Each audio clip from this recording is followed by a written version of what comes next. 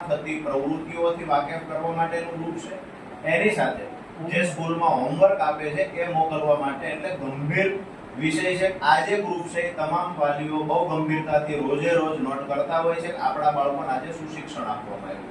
જે કાંઈ સ્કૂલમાંથી આ ગ્રુપમાં જે સૂચનાઓ આપવામાં આવે છે, આ બધી સૂચનાઓ વાલીઓ ફોલો કરતા હોય છે પોતાના બાળકના ઉજ્જવળ ભવિષ્ય માટે.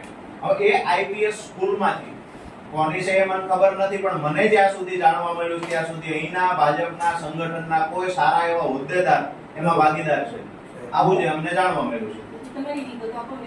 વિગતમાં આ તમને આપી, અમે સ્ટાન્ડર્ડ, અમે તમને ગ્રુપનું નામ પણ આપીએ છીએ, જરૂર તમને જણાય કે આનાથી વધારે તમારે કોઈ પુરાવા જોઈએ. સીધી વાત એ છે ભાજપના સભ્ય બનવા માટે તમે કોઈને વાલીઓને ગ્રુપમાં મેસેજ કોઈ શિક્ષણ અધિકારીને તેમ છતાં હજુ ખબર નથી. આઈપીએસ વાળા કોઈ ન્યૂઝ ચાલ્યા છે કે તો ન્યૂઝ પણ ચાલ્યા છે, તેમ છતાંય તમે કહો છો કે અમને ખબર નથી, અને અમે અત્યારે ફરિયાદ કરી ત્યારે ખબર પડી. તો મેડમ આપ શું કરો છો આપના વિભાગમાં, એ મને સમજાવો. આપ નાયબ અહીંયા જિલ્લા શિક્ષણ અધિકારી, આપ શું કરો છો? એટલે એપ્લિકેશન મળે, તમે એપ્લિકેશન મળશે, વગર એપ્લિકેશન કેમ નોંધાય કરો એમ? અમે કાલે સવારે સ્કૂલમાં દાખલા ચાલતા હતા, તમે ન્યૂઝમાં. અચ્છા, તો તમને અણિદ્રા બાબતની એપ્લિકેશન મળી હતી કોઈને? અચ્છા, તો આના પણ ન્યૂઝ ચાલ્યા, મતલબ એ ભાજપના સંગઠનના હોદ્દેદારની સ્કૂલ છે એટલા માટે ત્યાં નથી. આવું કઈ છે મેડમ? ક્યારે જોઈ લેશો? અચ્છા, હવે આ ગ્રુપ બાબતે તમારે વધારાની કઈ વિગત જોઈએ છે? એક કોઈ ચોક્કસ પાર્ટી પોતાના સભ્યો બનાવવા માટે બાળકોનો, જે વિદ્યાર્થીઓનો મિસયુઝ કરે, નહીં મીટિંગ હશે બે, આનાથી ગંભીર વિષય કયો છે મેડમ? આનાથી ગંભીર વિષય કયો છે? તમે સમજો છો અમારી વાત? ચોક્કસ પાર્ટી માટે હવે આ ભાજપના સભ્યો બનાવવા માટે, મેડમ સંગઠનના પ્રમુખની સ્કૂલ છે એટલા માટે તમે અહીંયાથી ભાગી રહ્યા છો. તો મેડમ આનાથી ગંભીર વિષય કયો છે? અરે પણ આનાથી મોટો ગંભીર વિષય કયો છે? આ અનલીગલી છે એવું માનો છો? કાઈ વાંધો નહીં સર,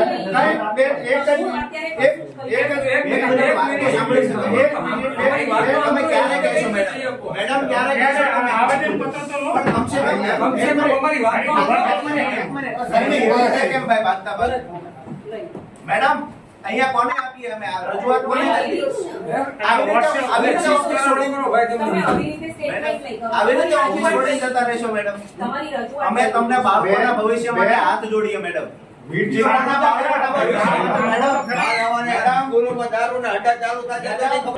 એક મેસેજ કરી અને વિદ્યાર્થીઓને અને વાલીઓને ભારતીય જનતા પાર્ટીના સદસ્ય બનાવવા માટે મેસેજો વાયરલ કરે.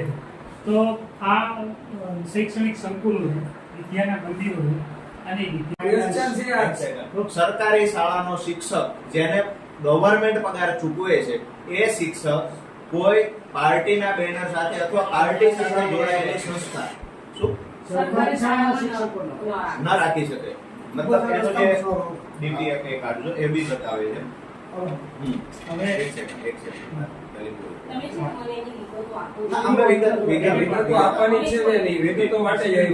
અચ્છા, તો આઈપીએસ આ અનિન્દ્રા સ્કૂલના પ્રિન્સિપાલ છે.